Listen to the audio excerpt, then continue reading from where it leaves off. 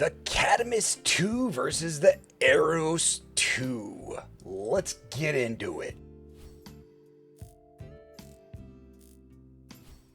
Now, both of these cables have been sent out to me by HiFiGo. Now, I already have reviewed the Cademius, so I'd encourage you to watch a video about that. But I wanted to kind of show you these cables. The Cademius is a beautiful cable. You can look at it here, and so is the Eros. It's also a beautiful cable, but it's copper. It has a little bit of a different texture, a different look, and a different appearance to it.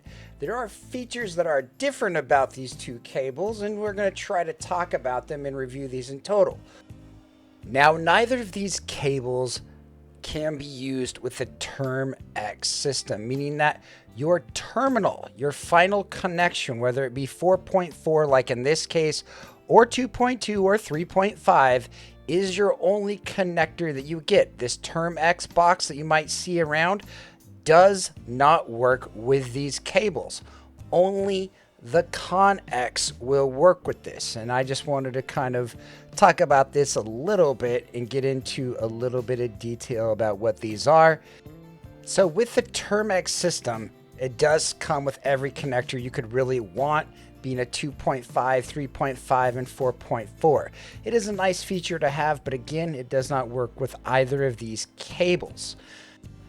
The nice thing about both these cables, they do work with the Con-X system, the connector system, and you can put any major cable connector with these. It's really kind of a beautiful system. Changing it out is not too bad. It comes with a little wrench that you need to kind of line up like you see here. And once you do that, you can just kind of lefty-loosey, righty-tighty, lefty-loose this guy off, and it's not too bad. You can do part of it with your fingers. This is what it looks like. Again, it's an easy process that takes maybe 10 to 15 seconds and is something easy you can carry with you to shows other places.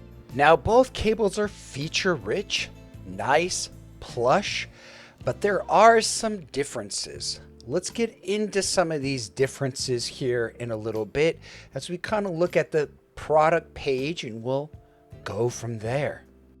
This is only 2 out of the 3 cables. There's also a third cable. If you're interested in me reviewing that, go ahead and post below and we'll try to see if we can get in for the channel.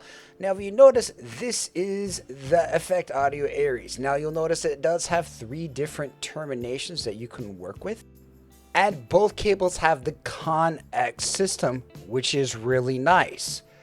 So notice the Cadmus II is essentially the same thing, the 3 different connectors, and it also comes with the Con-X system that we previously talked about. One feature that is unique to both is they have rhodium-plated brass connectors, which is an interesting feature. Now, rhodium-plated connectors are unique.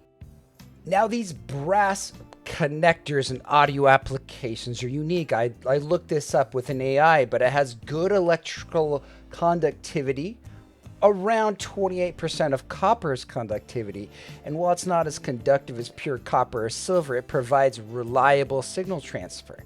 It's durable and corrosion resistant.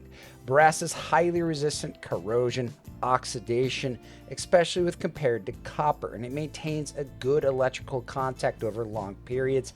It withstands repeated plugging and unplugging without significant wear, and it has high mechanical strength, meaning that higher hardness than copper, making it more durable for frequent connections. Resists deformation and maintains high contact pressure, good thread strength for screw type connectors, and it's a cost-effective way. Remember, these are kind of the initial kind of starter materials. It has long service life, which kind of helps justify the cost, and it can be maintained precisely for tight tolerances. It takes well to plating processes when needed, and it's good for complex connector shapes. So there are a lot of good properties that, although it doesn't have the electrical conductivity of, say, like gold or silver, but brass is known for its strength and durability. Now, the Cadmus II features high-quality UP silver-plated copper solid core. This is meant to enhance depth and provide clear, detailed sound. The cable is meant to deliver a smooth and precise tones, offering a vibrant and refreshed listening experience. Now the Eros II, it delivers a powerful sound, capturing the full essence of music and immersing the listener in a range of emotions. It embodies strength of Eros, encouraging listeners to embrace its impactful presence. Copper is known to do bass very well, and I kind of think this is what this description is trying to say. Now, what kind of pairings does this work well with? The Hype 4, the IO Audio Velour, and the High Senior Mega 5 EST. And lo and behold, we have reviewed all these on channel. These are all well-resolving sets that I think are all pretty solid, save maybe the Velour. Now the Eros features good pairings with things like the Softier Studio 4, the Moondrop X Critical Dust, and the Afu Performer 5. And guess what?